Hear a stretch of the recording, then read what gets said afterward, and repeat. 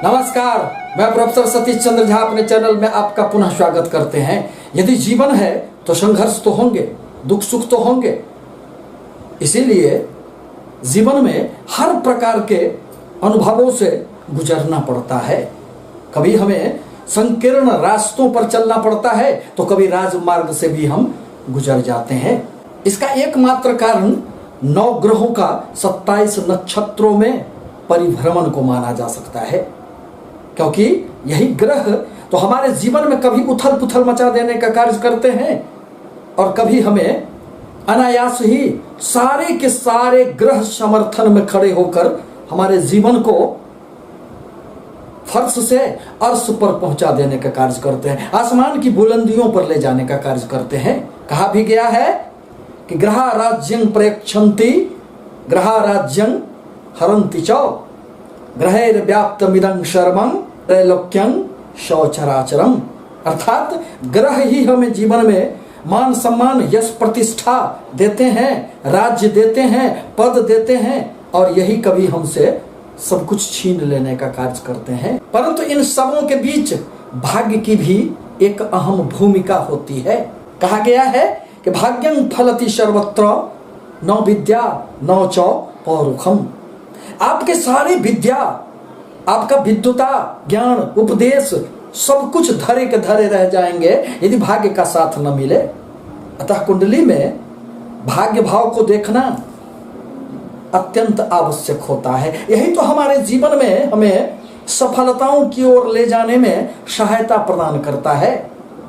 अन्यथा धाराओं के विपरीत चलने में तो संघर्ष बढ़ जाती है। यह भविष्य फल पूर्णतः चंद्र राशि पर आधारित है। मंगल प्रधान वृश्चिक राशि का यह गोचर कुंडली है और इस पर दृष्टिपात करने के उपरांत यही ज्ञात होता है कि पूरे वर्ष 2021 में अगस्त माह की जो ग्रह स्थिति है वह आपके लिए सबसे उत्तम रहने वाली है।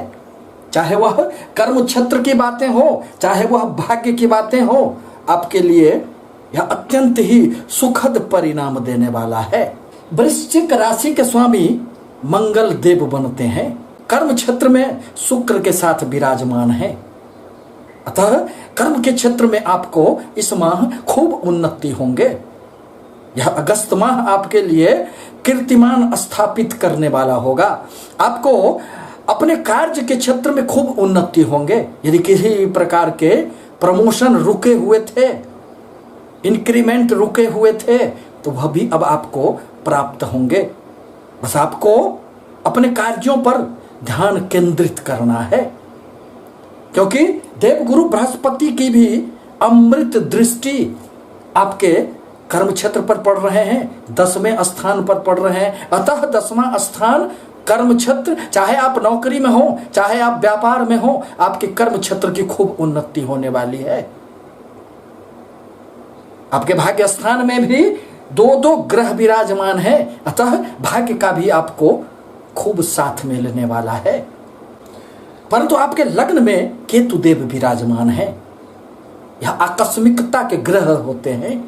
आप जिस कार्य के प्रति अपने मन में ठान लेंगे वह तो पूरे होंगे ही, क्योंकि केतु देव लग्न में बैठकर, राशि में बैठकर दृढ़ निश्चय प्रदान कर देते हैं। आपको अनेक प्रकार की सफलताएं प्राप्त होने में केतुदेव निश्चित रूप से मदद करेंगे, परंतु यह कभी कभी भ्रमित करने का भी कार्य करते हैं। अतः यदि अपने बुद्धि पर, अपने मन पर आप नियंत्रण रखें तो आपको खूब सफलताएं प्राप्त होगी। आपके धन स्थान के स्वामी देवगुरु बृहस्पति बनते हैं, जो पूरे माह आपके चतुर्थ केंद्र स्थान में विराजमान है। कहा गया है कि किंग कुर्वन्ति ग्रहा सर्वे यस्य केंद्रे बृहस्पति। यदि केंद्र में बृहस्पति आ जाए तो अनेक प्रकार के दोषों को वह नाश करने वाले होते हैं। अतः इस माह आपको धन संबंधित, परिवार संबंधित एवं कुटुंबों के साथ अच्छे सामंजस्य बने रहेंगे। मन में शांति का भाव रहेगा, क्योंकि देवगुरु बृहस्पति धन, संतान, दाम्पत्य जीवन, भाग्य एवं लाभ, इन सभी क्षेत्रों के कारक हैं। और आपके लिए देवगुरु बृहस्पति अत्यंत कारक ग्रह माने जाते हैं। आपके लिए मंगल, आपके लिए बृहस्पति एवं आपके लिए चंद्रमा, ये तीन ही ग्रह तो कारक होते हैं। यदि इनकी दशा महादशा अंतरदशा लग जाए तो आपको जीवन में खूब सफलताएं प्राप्त होती है। परंतु इन ग्रहों की बलाबल पर भी ध्यान रखना आवश्यक होगा। क्या ये ग्रह आपके उच्च के हैं, स्वगृही हैं, मित्र की राशि में विराजमान हैं, तो उनके फल में वृद्धि होती है। पुनः आपके पराक्रम स्थान में शनिदेव स्वगृही विराजमान है। यही तो समाज का भाव होता है, यही तो यश प्रतिष्ठा का भाव होता है। अतः आप अपने पराक्रम के बल पर, अपने कार्यों के बल पर खूब सफलताएं प्राप्त करेंगे और समाज में आपको यश प्रतिष्ठा मान सम्मान की भी खूब प्राप्ति होंगे। आपको यश मिलेगा, कार्यों में यश मिल जाए, प्रतिष्ठा प्राप्त हो जाए। आप किसी को धन देते हैं और वह यह मानता है कि इसने हमें मदद किया है, आपकी यदि प्रशंसा करता है तो जीवन में यह सबसे बड़ी बात है। अन्यथा धन लेने के बाद भी, सहायता लेने के बाद भी कोई किसी का यशगान नहीं करना चाहता है। और तीसरे भाव में शनिदेव अत्यंत सुखद फल देने का कार्य करते हैं। जब भी गोचर में शनिदेव तृतीय, छठे एवं 10वें 11वें स्थान में आते हैं तो खूब सफलताएं देने का कार्य करते हैं, भले वह आपके कारक ग्रह हो अथवा न हो। क्योंकि शनिदेव तो स्वगृही विराजमान है और स्वगृही ग्रह कभी भी अशुभ फल देने का कार्य नहीं करता है। इनकी 7वीं दृष्टि तो कर्क राशि पर पड़ती है। अतः आपके मन में थोड़ी सी कभी कभी समस्याएं आ सकती है, धैर्य की कमी रह सकती है। अतः अपने धैर्य पर आपको नियंत्रण रखना आवश्यक होगा। आपके चतुर्थ माता भूमि भवन स्थान में वक्रगत अवस्था में देवगुरु बृहस्पति अत्यंत ही सुखद फल देने वाले हैं और आपका भूमि भवन वाहन आदि से संबंधित आपके कार्यों को निश्चित रूप से गति प्रदान करेंगे और उसमें सफलताएं देने का कार्य करेंगे। यदि इन क्षेत्रों से संबंधित किसी भी कार्यों में कोई भी रुकावटें थी तो देवगुरु की कृपा से निश्चित रूप से अब उसमें सफलताएं प्राप्त होंगे। आपके पंचम विद्या बुद्धि संतान भाव के स्वामी भी देवगुरु बृहस्पति बनते हैं। परिणामतः आपको इन क्षेत्रों से संबंधित भी इस माह खूब सफलताएं प्राप्त होगी, क्योंकि 11 अगस्त को शुक्र देव का राशि परिवर्तन होगा और वह आपके 10वें स्थान से आपके लाभ भाव में प्रवेश कर जाएंगे, जिनकी 7वीं दृष्टि आपके संतान भाव पर पड़ेंगे। अतः प्रेम संबंधों के लिए भी यह शुक्र का राशि परिवर्तन अत्यंत ही सुखद रहने वाला है। इस माह आपको अपने संतानों से संबंधित कोई न कोई निश्चित रूप से खुशियां प्राप्त होगी। शिक्षा के क्षेत्र में भी आपको निश्चित रूप से उन्नति होंगे। आपके 6ठे स्थान के स्वामी मंगल देव बनते हैं और वह आपके कर्म क्षेत्र में विराजमान रहेंगे। अतः किसी भी प्रकार की प्रतियोगिताओं में छात्रों को खूब सफलताएं प्राप्त होगी। यदि आप नौकरी ढूंढ रहे हैं तो उसमें वृश्चिक राशि के व्यक्तियों को सफलताएं मिलेगी, मार्ग सुगम हो जाएंगे। साथ ही साथ व्यापारियों के लिए भी यह अत्यंत ही सुखद रहने वाला है, क्योंकि व्यापारियों का कस्टमर का यही भाव होता है। और ये मंगल देव आपके कर्म क्षेत्र में विराजमान है, अतः अपने कर्म के द्वारा आपके व्यापार में भी खूब उन्नति होंगे। आपके व्यापार भाव के स्वामी भी शुक्र देव बनते हैं जो आपके कर्म क्षेत्र में विराजमान है और यह पुनः फिर आपके लाभ भाव में गोचर कर जाएंगे। अतः व्यापारिक गतिविधियों में संलग्न लोगों को भी यह माह अत्यंत ही अविस्मरणीय रहेगा। यह पूरे वर्ष में सबसे सुखद समय रहने वाला है। परंतु आपके जन्म कुंडली में किन ग्रहों की दशा चल रही है, इस पर भी ध्यान देना आवश्यक होगा। यदि आप उन ग्रहों को साथ लेते हैं, यदि उन ग्रहों का बीज मंत्रों का जाप कर लेते हैं, तो निश्चित रूप से एक पॉजिटिव एनर्जी, एक सकारात्मक वातावरण तैयार होता है जो आपके लिए अत्यंत ही सुखद होता है।